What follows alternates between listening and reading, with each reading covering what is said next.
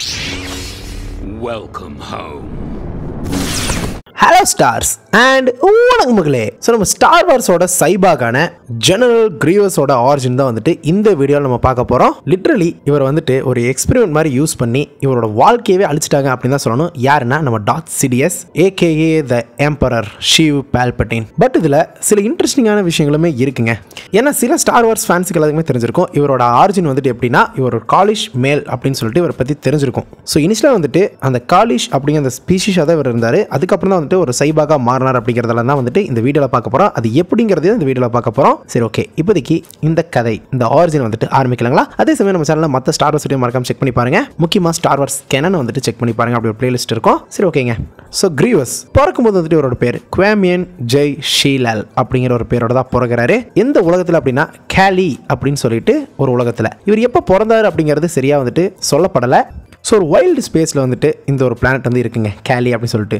நம்ம ஷீலால் வந்துட்டு வளரும் போதே ஒரு கொடூரமான அண்ட் பயமரியா ஒரு போர் வீரனாக தான் வளர்றாரு. அவரோட மக்கள் மத்தியில் வந்துட்டு அவருக்கு மிகப்பெரிய ஒரு பேர் இருக்குங்க, ஒரு ரெப்புடேஷன் இருக்கு, நல்ல ஒரு பேர். அவரோட போர் முறையாகட்டும், அவரோட சண்டை முறையாகட்டும், அதை பார்த்து வந்துட்டு நிறைய பேர் இன்ஸ்பயர் தான் ஆயிருக்காங்களே தவிர்த்து யாருமே அவர் குறை சொன்னதே கிடையாது. ஒரு சமயத்தில், அது எந்த சமயத்தில் அப்படின்னா யாம்ரி அப்படின்னு சொல்லிட்டு ஒரு கூட்டங்க, ஓகேங்களா. அவங்க வந்துட்டு டெக்னாலஜிக்கலி அட்வான்ஸ்டு எனிமீஸ் அப்படின்னே சொல்லலாம். யாருக்குன்னா கேலிஷ்க்கு, அதை கேலிஷ் அப்படிங்கிற அந்த ஸ்பீஷிஸ்க்கு. ஸோ அந்த ஒரு போறப்ப தான் வந்துட்டு இவரோட தீவிரம் வந்து சீரியஸ்லி அமேசிங்கா இருக்குன்னு சொல்லி மக்கள் எல்லாருமே வந்துட்டு இவர் கொண்டாட ஆரம்பிச்சாங்க.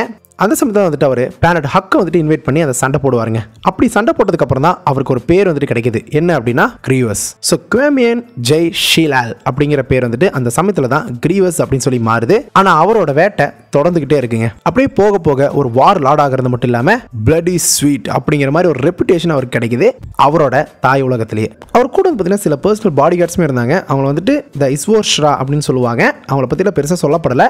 பல வருஷங்களாக வந்துட்டு இந்த மாதிரி போயிட்டு இருக்க அவரோட வெற்றிகள் வந்துட்டு அதிகமாயிட்டே இருக்குங்க அந்த போரில். அதே சமயம் அந்த போரோட விருப்பம் இருக்கு இல்லையா, அதுவுமே அவருக்குள்ள அதிகமாயிட்டே இருக்கு. இந்த சமயத்தில் தான் இவரோட பொட்டன்ஷியல் வந்துட்டு ரெண்டு பேருக்கு தெரிய வருது.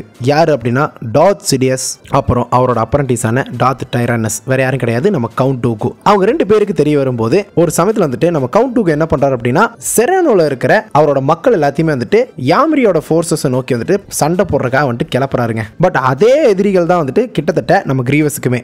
ஸோ அதனால எல்லாருமே சண்டைக்கு போகும்போது இந்த சண்டையில் வந்துட்டு குறுக்கு அந்த கௌஷிக் வந்தா அப்படிங்கிற மாதிரி நம்ம கேலக்டிக் ரிபப்ளிக்கோ ஜெடாய் ஆர்டர் வரதுனால யாம்ரி வந்துட்டு ஜெயிக்க முடியல. இதனால கேலிஷ்க்கு வந்துட்டு மிகப்பெரிய ஒரு அடி மாதிரி இருக்குங்க.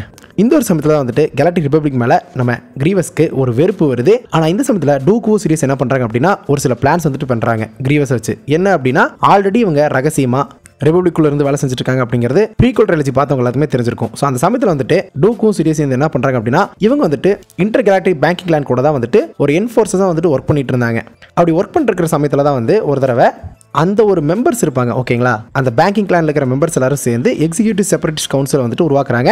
ஸோ அந்த கவுன்சில் வேறு எதுவும் கிடையாதுங்க, நம்ம டூக்கு லீட் பண்ண கான்ஃபெடரசி ஆஃப் இண்டிபெண்டன்ட் சிஸ்டம். அவங்க எல்லாரும் பிளான் பண்ணி ஒரு நாள் பிளானட் கேலிலிருந்து நம்ம கேலிஸ் ஜெனரலான குவாமியன் ஜெய் ஷீலால் ஏகேஏ கிரீவஸ் வந்துட்டு என்ன பண்ணுறாரு அப்படின்னா ஒரு ஷட்டில் வருது. அந்த ஷட்டில் ஏறக்கா போயிட்டு இருக்காரு. கூட வந்துட்டு அவரோட அந்த இஸ்வோஷ்ரா பாடி கார்ட்ஸ் எல்லாருமே இருக்காங்க. ஸோ இன்னொரு கேலிஷ் வந்து பார்த்தீங்கன்னா அவருக்கு ஆசீர்வாதம் பண்ணி அனுப்பிச்சுடுறாங்க. உண்மையில வந்துட்டு கடைசியாக நம்பிக்கை வச்சிருக்கோம் அந்த ஹக்கை வந்துட்டு, அதாவது இதுக்கு முன்னாடி வந்துட்டு ஹக்குங்கிற பிளானட் தான் யாம்ரிஸ் இருந்தாங்க இல்லையா, அவங்களை ஏற்று எப்படியா ஜெயிச்சிட்டு வா அப்படின்னு சொல்லிட்டு ஆசீர்வாதம் பண்ணி அனுப்பிச்சுடுறாங்க. அப்போ அவர் பறந்துட்டு இருக்கும்போது வந்துட்டு திடீர்னு அவரோட ஷட்டில் வந்துட்டு ஏதோ ஒரு டிவைஸ் வந்துட்டு பிளான் பண்ணியிருக்காங்க. அது வந்துட்டு டெட்டோனேட் ஆயிடுது. டெட்டோனேட் ஆகும்போது ஷட்டில் வந்துட்டு வெடிச்சிருதுங்க. வெடிக்கிறது மட்டும் இல்லாம யாரோ க்ளோக் போட்ட ஒருத்தர் வந்துட்டு எல்ட்ரோ பைனாகுலர்ஸ் எல்லாத்தையும் பார்த்துட்டு இருக்காரு. ஆனா அந்த சமயத்தில் வந்துட்டு ஷீலாலோட எஸ்கேப் ஆட் வந்துட்டு எஜெக்ட் ஆயிரும் அந்த எரிஞ்சு போன அந்த ஷிப்ல இருந்து. அதுக்கப்புறம் கடல் வந்து அவர் வந்துட்டு சில ஆட்கள் வந்துட்டு மீட் எடுத்துட்டு வராங்க. எடுக்கும்போது பார்த்தா அவருக்கு காலே இல்ல, அந்த அளவுக்கு பிஞ்சு போய் கிடக்கிறாரு. ஸோ அந்த பிளாஸ்ட்ல வந்துட்டு அந்த அளவுக்கு அவர் பாதிக்கப்பட்டிருக்காரு.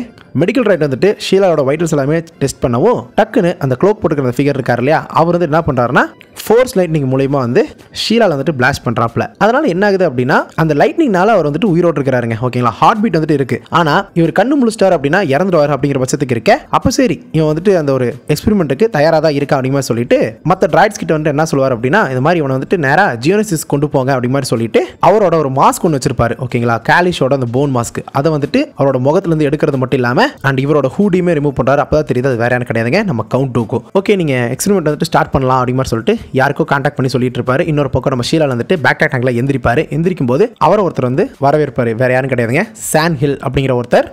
அந்த ஹில் வந்துட்டு சொல்லுவார் என்ன அப்படின்னா இன்டர் கேலக்டிக் பிளாங்கிங்ல தான் வந்துட்டு உன்னை கண்டுபிடிச்சு கொண்டு வந்தாங்க. ஆனா வருத்தம் என்ன அப்படின்னா உன் கூட இருந்தவங்க எல்லாருமே இறந்துட்டாங்க. பட் நீ மட்டும் தான் உயிர் பொழைச்சிருக்க, லக்கிலி நீ உயிரோடு இருக்கிறது பெருமை தான். ஆக்சுவலி நீமே வந்துட்டு பொழைச்சிருக்க மாட்டேன், ஆனால் ஒரு சில எக்ஸ்பெரிமெண்ட் பண்ணி உன்னை வந்துட்டு பொழைக்க வச்சுக்கிட்டு இருக்கோம் அப்படி மாதிரி சொல்ல, அந்த சமயத்தில் ஷீலா என்ன சொல்கிறார் அப்படின்னா, எனக்கு திரும்ப உயிரோடு வரது வந்துட்டு சந்தோஷம், பட் அவங்களோட புது ஆர்டர், அந்த நியூ ஆர்டர் மேலே வந்துட்டு எனக்கு பெருசாக இன்ட்ரெஸ்ட் இல்லை அப்படி மாதிரி சொல்லுவார். அந்த செப்பரேட்டிஸ்டோட நியூ ஆர்டர் தான். பட் இருந்தாலும் வந்துட்டு ஹில் வந்துட்டு சொல்கிறது வந்துட்டு ஏற்றுக்கிறாரு. உயிரோட கொண்டு வந்தால் அவங்களுக்காக வேலை செய்யணும் அப்படிங்கிறது வந்துட்டு அவர் ஏற்றுக்கிறாரு. இப்போதைக்கு உயிரோடு வந்தால் போதும் அப்படிங்கிறக்காக, ஏன்னா ஒரு வீரன் இப்படி சாகக்கூடாது அப்படிங்கிற ஒரு காரணத்துக்காக. ஆனால் டூக்கு வந்துட்டு இதில் ஏதோ ஒரு விஷயம் இருக்குது அவனோட அக்செப்டன்ஸில் அப்படிங்கிற மாதிரி தான் இருக்குது. ஏன்னா அவர் வந்து முழு மனசோட ஒத்துக்கல, அந்த மாதிரி தான் இருக்குது, வேறு வழியில் இப்போ உயிரோடு இருக்கணும் அப்படிங்கிறக்காக ஒத்துக்கிட்டாரு. இன்னொரு பக்கம் போகல் த லெசர் அப்படிங்கிற ஒருத்தர் இருப்பார் இல்லையா, அவர்கிட்ட வந்துட்டு அவனை இன்னும் கொஞ்சம் நாளைக்கு அந்த ஷீலாவில் வந்துட்டு பேக்டீரியாக்களே வச்சிருங்க அப்படிங்கிற மாதிரி சொல்லிட்டு, இன்னொரு பக்கம் ஓகே எனக்கு வேணுங்கிறது இருக்கா அப்படிங்கிற மாதிரி கேட்பாரு. அதை பார்த்து நீங்கள் கண்டிப்பாக சந்தோஷப்படுவீங்க அப்படிங்கிற மாதிரி சொல்லி ஒருத்தரை காட்டுவாங்க. வேறு யாரும் கிடையாதுங்க, கிரையோஜெனிக்கலி வந்துட்டு ஒரு இறந்து போன உடலை வந்துட்டு ப்ரிசர்வ் பண்ணி வச்சிருப்பாங்க. அது யார் அப்படின்னா ஜெடாய் மாஸ்டர் சிஃபோ தயாஸ். எப்படி எழுதியிருக்காங்க பார்த்தீங்களா, சிஃபோ தயாஸ். அவரோட டெட் பாடி இந்த இடத்துல இருக்கு பாத்தீங்களா. ஆக்சுவலி சிஃபோ தயாஸ் வந்துட்டு 2 லைட் சேபர் சுத்திட்டு இருப்பாருங்க. அதுல ஒரு லைட் சேபர் தான் வந்துட்டு ஜெனரல் கிரீவஸோட முதல் லைட் சேபரா வந்துட்டு இருந்துச்சு. ஸோ சிஃபோ தயாஸ் வந்துட்டு எதுக்கு அப்படின்னா இவரோட பிளட் தான் வந்துட்டு டிரான்ஸ்ஃபியூஷனுக்காக யூஸ் பண்ண போறாங்க. யாருக்குன்னா நம்ம ஜெனரல் கிரீவஸ்க்கு. சரி ஓகேங்க.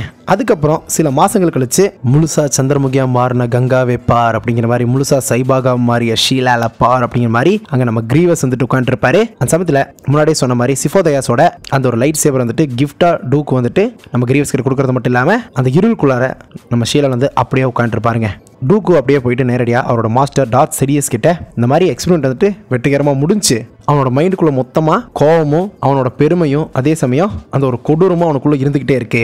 ஆனால் அதே சமயம் ரொம்பவே தந்திரமானவனாகவும் இருக்கான் அப்படிங்கிறது எல்லாத்தையுமே சொல்றது மட்டும் இல்லாமல் ஒரு பக்கம் நம்ம டூக்கு பேசிட்டு இருக்க, இன்னொரு பக்கம் நம்ம ஷீலா வந்து என்ன பண்ணுவார் அப்படின்னா அங்கே இருக்கிற ட்ராய்ட்ஸ் எல்லாமே வந்துட்டு இவரை ட்ராய்டுன்னு சொல்லுவோம். அதனால் டென்ஷன் ஆகி அந்த லைட் சேபர் வந்து எடுத்து அங்கே இருக்கிற அந்த மேக்னா ட்ராய்ட்ஸ் எல்லாத்தையும் வந்து பார்த்தீங்கன்னா மொத்தமாக அழிச்சிக்கிட்டு இருப்பாரு. அந்த அளவுக்கு கொடூரமாக எல்லாத்தையும் கொண்டுட்டு அப்படியே ஒரு நிமிஷம் நம்மளை பார்த்து திரும்பி நின்று என்ன சொல்லுவார் அப்படின்னா, நான் ட்ராய்டு இல்லடா ஜெனரல் கிரீவஸ் அப்படின்னு சொல்லுவாரு. ஸோ இந்த ஒரு சமயத்தில் தான் வந்துட்டு அவர் ஜெனரல் கிரீவஸாக வந்துட்டு மாறுறாரு. அதுக்கப்புறம் லைட் சேபர் டியூலிஸ்டாகவும் லைட் சேபர் காம்பட்லேயும் வந்துட்டு தலை சிறந்தவராக இருக்கிறது மட்டும் இல்லாமல் அந்த கான்ஃபிடன்சி ஆஃப் இண்டிபெண்டன்ஸ் சிஸ்டத்துக்கு வந்துட்டு ஒரு வாரியராக இருக்காரு.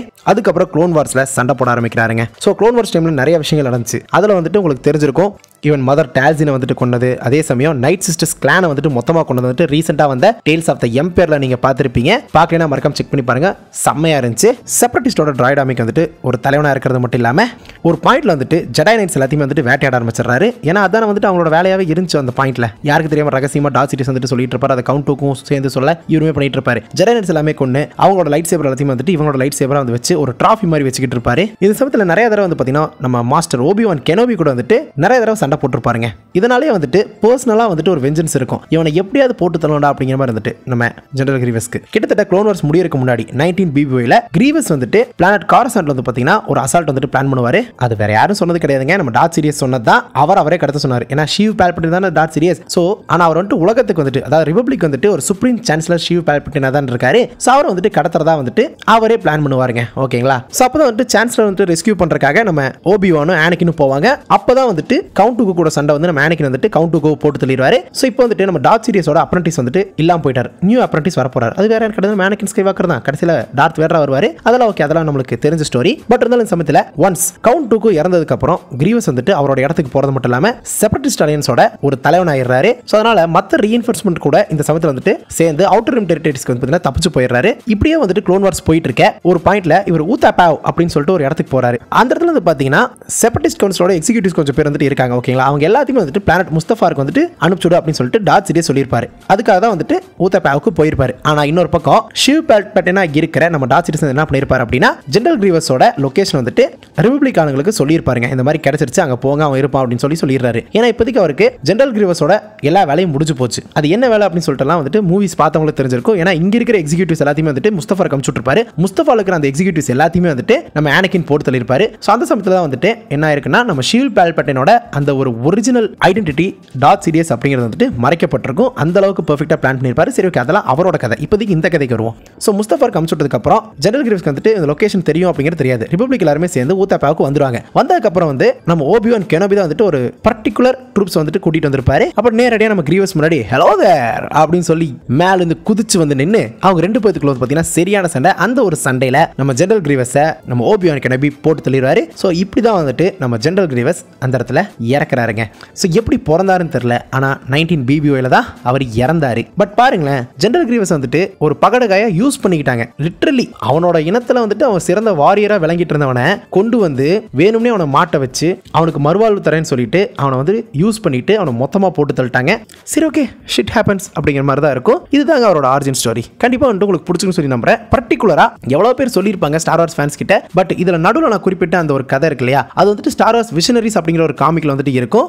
அதுவும் ஐஸ் ஆஃப் ரெவல்யூஷன் அப்படிங்கிற ஒரு இஷ்யூல. ஓகேங்களா, செம்மையா இருக்குங்க. டைம் இருந்தா படிச்சு பாருங்க. சரி, ஓகே, இப்போதைக்கு இந்த வீடியோ முடிச்சுக்கலாம். மேலும் ஒரு புதிய வீடியோல பார்க்கும் வரை உங்களிடமிருந்து விடைபெறுவது உங்கள் ஸ்கிரிப்ட் தமிழ் ஷார்ட் சொன்ன. ஸோ அது ரொம்ப முக்கியமான விஷயம். பேராடன் உங்களுக்கு துணையா இருக்கும். May the force be with you.